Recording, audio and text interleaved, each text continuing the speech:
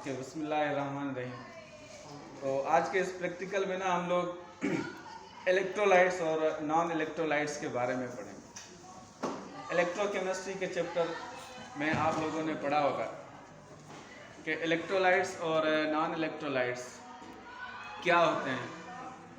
तो उसकी डेफिनेशन जैसे हम लोग कहते हैं कि भाई वो सॉल्यूशन या वो सब्सटेंसेस जो मोल्टेन फॉर्म में या किसी सॉल्यूशन में इलेक्ट्रिसिटी कंडक्ट करें उनको हम इलेक्ट्रोलाइट्स कहते हैं। और वो सॉल्यूशन जो इलेक्ट्रिसिटी कंडक्ट ना करें, जहाँ जिनकी मदद से या जिनके ज़रिए इलेक्ट्रिसिटी ना गुजर सके, उनको हम लोग नॉन इलेक्ट्रोलाइट्स कहते हैं। तो इस प्रैक्टिकल में हम लोग समझेंगे कि इलेक्ट्रोलाइट और नॉन इलेक्ट्रोलाइट कौन कौन से सब्सटेंसेस हैं। तो सबसे पहले हमने कुछ कंपाउंड्स उठाए जिनका मैं नाम आप लोगों को बता दूं। ये NaCl है, ये कॉपर सल्फेट है, ये शुगर है, ये सोडियम हाइड्रोक्साइड है और उसके बाद ये हाइड्रोक्लोरिक एसिड है। उसके बाद हमारे पास एक सर्किट है, ये सेल और ये वायर, ये बल्ब हमने इस्तेमाल किया है।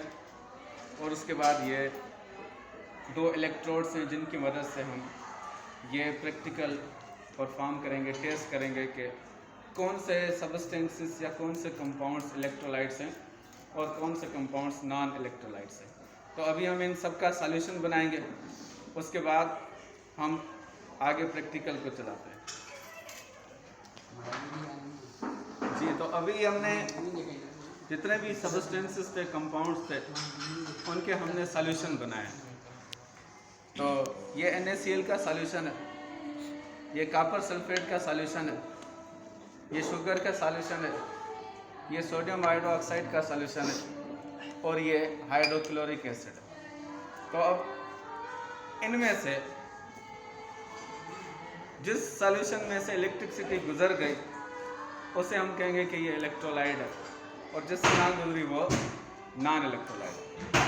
तो सबसे पहले ये दो इलेक्ट्रोड्स उठाओ और इन इलेक्ट्रोड्स को इन सॉल्यूशन के अंदर इस तरह डिप करो कि कोई भी ये दोनों इलेक्ट्रोड आपस में टच ना करें, और फिर ऑब्जर्व करो कि बल्ब जल रहा है या नहीं।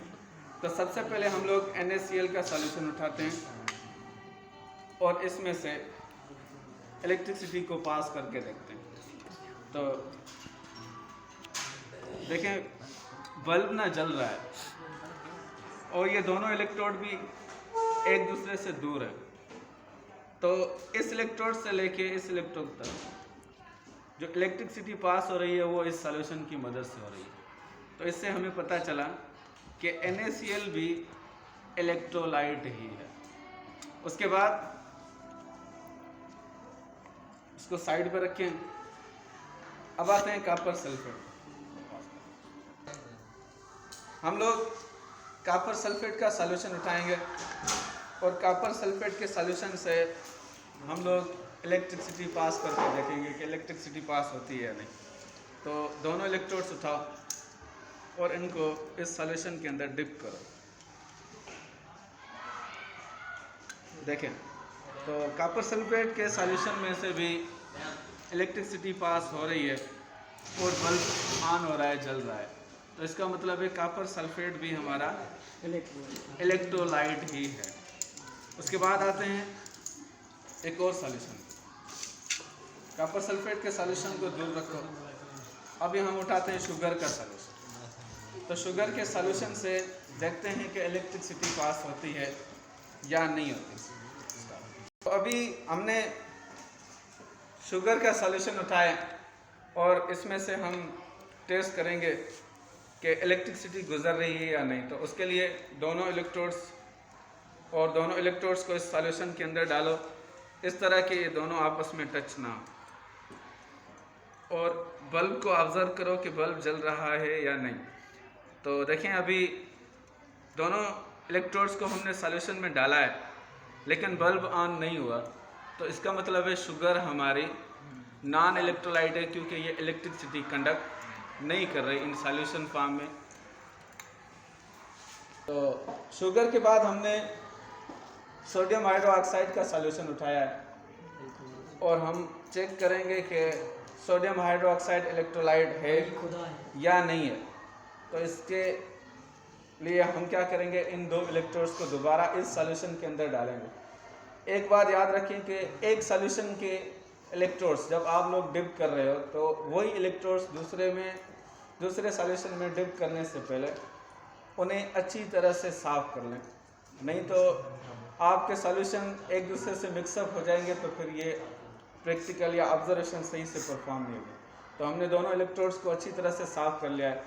अब सोडियम हाइड्रोक्साइड के सॉल्यूशन के अंदर डिप करेंगे और ऑब्जर्व करेंगे कि बल्ब ऑन हो रहा है या नहीं। देखें, सोडियम हाइड्रोक्साइड से जैसे हमने इलेक्ट्रिसिटी को पास किया और दोनों इलेक्ट्रोड्स इसके अंदर डिप किए हैं तो हमारा बल्ब ऑन हो गया। इसका मतलब है सोडियम हाइड्रोक्साइड भी एक इलेक्ट्रोलाइट ही है, क्योंकि ये सॉल्यूशन फॉर्म में इलेक्ट्रिसिटी कंडक्ट कर रहा है।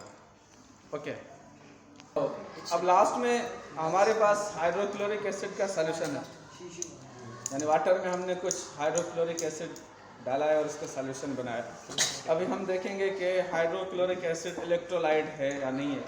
तो दोबारा इन इलेक्ट्रोड्स को इस सॉल्यूशन के अंदर डिप करेंगे और ऑब्जर्व करेंगे कि बल्ब ऑन हो रहा है या नहीं।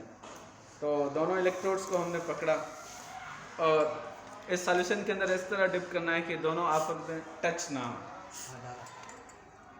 तो देखें, हाइड्रोक्लोरिक एसिड के अंदर जैसे हमने इलेक्ट्रोड्स डाले तो हमारा बल्ब ऑन हो गया। तो इसका मतलब है ये सॉल्यूशन भी इलेक्ट्रोलाइट ही है। आप लोग ऑब्जर्व कर सकते हैं कि सब सॉल्यूशन में से सबसे ज़्यादा जो बल्ब वो जल रहा था वो हाइड्रोक्लोरिक एसिड और सोडियम हाइड्रोक्साइड के अंदर, क्योंकि हाइड्रोक्लोरिक एसिड और सोडियम हाइड्रोक्साइड दो स्ट्रॉन्ग इलेक्ट्रोलाइट्स हैं। तो इस तरह से हमारा आज का प्रैक्टिकल परफॉर्म हुआ और इन सॉल्यूशंस की मदद से हमने ये मालूम किया कि कौन से सॉल्यूशंस या कौन से कंपाउंड्स के सॉल्यूशंस इलेक्ट्रोलाइट्स हैं या कौन से नॉन इलेक्ट्रोलाइट्स हैं। तो उम्मीद है आप लोगों को बात समझ आ गई। शुक्रिया।